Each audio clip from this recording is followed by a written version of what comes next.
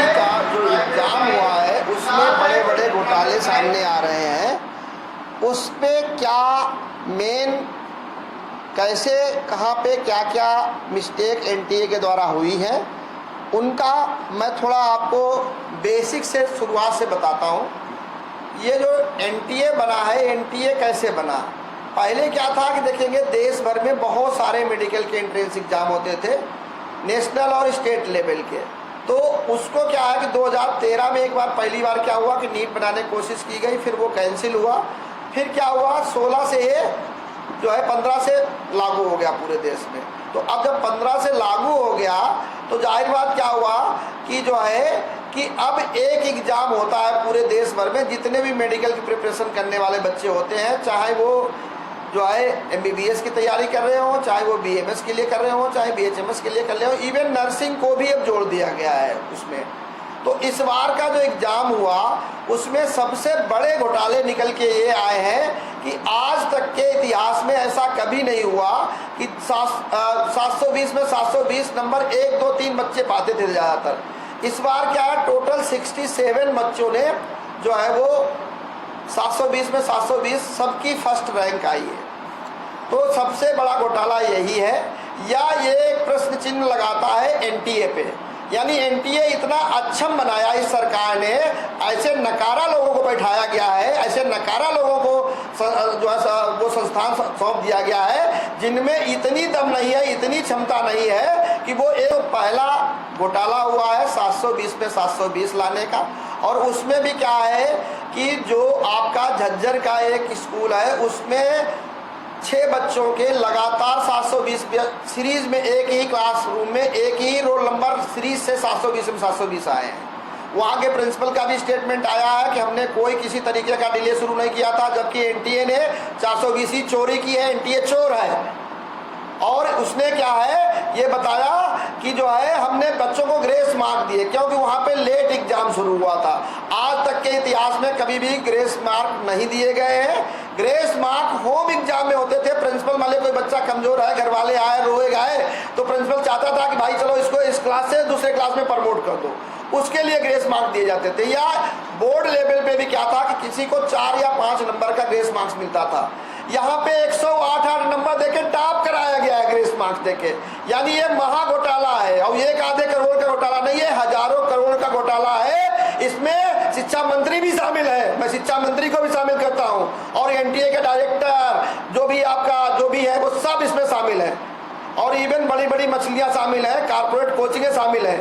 खासकर मैं कहना चाह रहा हूँ, मैं डरता नहीं हूँ किसी से। एलन आकाश वालों को अगर पकड़ लिया जाए अभी तुरंत घोटाला सामने आ जाएगा। ये सब एलन आकाश का बनाया हुआ घोटाला है। और पहला प्रश्न यही उठता है कि ये बच्चे मिलते कहाँ से हैं? घूस देने वाले बच्चे और पेरेंट्स कहाँ से मिलते हैं? तो ये कोचिंग वाले ही मुहैया कराते हैं।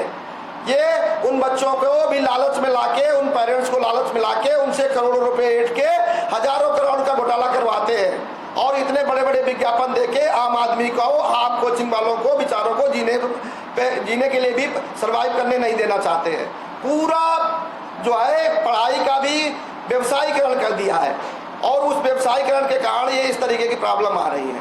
दूसरा क्या है? दूसरा एक पहलू, तीसरा बिंदु ये है कि कभी भी इसमें एक क्वेश्चन सही करने पे 4 नंबर मिलते हैं, एक गलत करने पे एक एक्स्ट्रा और कटेगा, यानी 5 नंबर कटेंगे।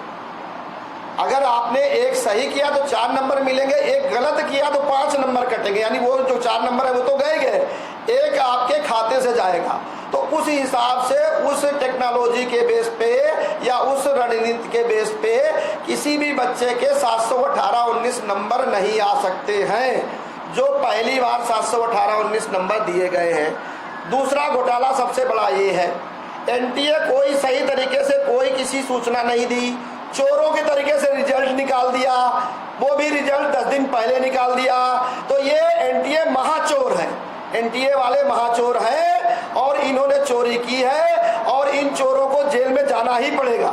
इसके लिए मैं कहता हूं कि ये कोचिंग वालों का ही, खासकर जो बड़ी कोचिंग चला रहे हैं, कारपोरेट कोचिंग चला रहे हैं, उन्हीं के पास में देश के सबसे नामी ग्रामी पैसे वाले लोग जाते हैं और वो पैसे वाले जाते हैं, खूब इनको भर भर के पैसे देते हैं। उसी में से कारपोरेट कोचिंग वाले, मैंने भी काम किया है, मैंने देखा है वहाँ का कल्चर कि कैसे ये बड़े बड़े लोगों को, धन्ना सेठों को, भाई क्या सबसे गलत तो वो पेरेंट्स और बच्चे हैं जिन्होंने पैसा देके घोटाला कराया है।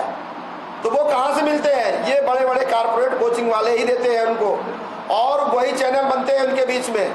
थोड़े बहुत मान ले क्या है, जो शिक्षा माफिया, जो डिफरेंट तरीके के एग्जाम के पेपर आउट कराने वाले होते हैं, उनको भी बच्चे यही कोचिंग वाले प्रोवाइड करते हैं। इसलिए क्या है, मैं तो चाहता हूं कि एनटीए के साथ साथ में ये जो बड़े कारपोरेट कोचिंग है, जो पूरे शिक्षा का व्यवसायीकरण किए हुए हैं, इनकी भी जांच होनी चाहिए साथ में, कि इनके कोचिंग के जो बच्चे आए हैं उन बच्चों की भी जांच होनी चाहिए कि ये 720 वाला है भी कि नहीं आया है। जैसे बिहार बोर्ड में टॉप कर दिया था, उसको कॉपी पढ़ना नहीं आता था, तो इसमें 720 वाले कम से कम 10-20 बच्चे ऐसे होंगे जो इसमें नीट में 200 नंबर भी नहीं ला सकते हैं। ये मेरा दावा है।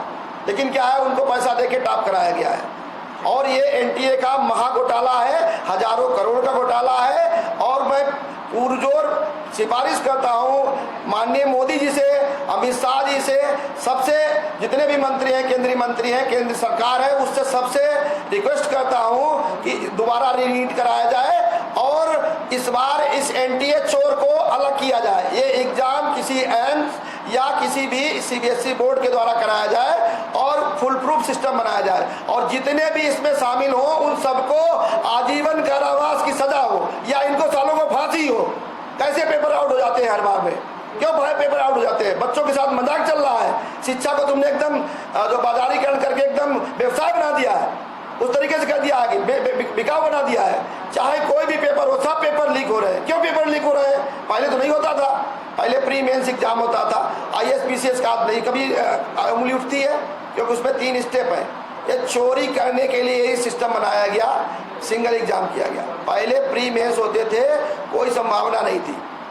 मेंस रिटन होता था तो कहीं पे कहीं किसी तरीके कोई धांधली करने की संभावना ही नहीं थी, और 60-70% पे टॉपर होता था, वो भी हिंदुस्तान का भी एक। भाई टॉपर तो हर साल होगा, किसी के 60% नंबर आए, कभी 54% वाला, कभी 60% वाला, कभी 70% वाला। तो एक तो इन्होंने शिक्षा का गिरा दिया, शिक्षा का लेवल ऐसा गिराया है कि अनपढ़ गंवार डॉक्टर जिसे बनाने की पूरी योजना बना ली है। एनसीईआरटी का हुआ खड़ा करके, किताबों का पूरा बाजारीकरण करके और पूरे सिलेबस को खत्म करके ये बिना पढ़े लिखे डॉक्टर बनाना चाहते हैं। इसलिए मैं चाह रहा हूं कि एनटीए अपने लेवल में या मेडिकल के एंट्रेंस एग्जाम के लेवल को सुधारा जाए, जिससे बच्चों का लेवल भी सुधरे। और जो है ये जो दुनिया भर का जो हो रहा है गड़बड़ घोटाला, भ्रष्टाचार हो रहा है, भ्रष्टाचार को एक ही तरीके से रोका जा सकता है, फिर दोबारा नीट को प्री और मेंस पैटर्न पे लाया जाए, जिसमें क्या है मेंस अगर होगा तो कभी भी घोटाला होने की संभावना नहीं। भले वो ऑब्जेक्टिव ही रहे, लेकिन क्या है कि प्री और मेंस दोनों दो एग्जाम होने चाहिए। एक सिंगल एग्जाम से क्या है, बच्चों को भी मतलब किसी बच्चे की तबीयत खराब हो गई, उसका पूरा साल बर्बाद हो गया। भाई 50 एग्जाम होते थे, इसमें नहीं हुआ उसमें हो गया, उसमें नहीं हुआ उसमें हो गया। मतलब 1.5 महीने एग्जाम चलते थे, ठीक था, उसमें कुछ बच्चों का पैसा खर्च होता था, दौड़ भाग होती थी, लेकिन उसके साथ में ये तो नहीं होता था कि हाँ उस दिन उसका तबीयत खराब हो गई तो साल खराब हो गया उसका। तो इस तरीके से ये चोरी चमारी रुकनी चाहिए। एनटीए को जवाबदेही लेनी ही पड़ेगी, और अगर जवाबदेही नहीं लेती है तो फिर इस एनटीए का बना रहना देश के लिए बहुत घातक है, शिक्षा के लिए तो विशेषकर घातक है। सभी एग्जाम उन्हीं को दे दिए जा रहे हैं और सब में घोटाला हो रहा है। ये तो एक पहली बार घोटाला खुल के आया है, इसलिए एनटीए पे सख्त कार्रवाई होनी चाहिए। मैं एनटीए पे सख्त कार्रवाई की मांग करता हूँ।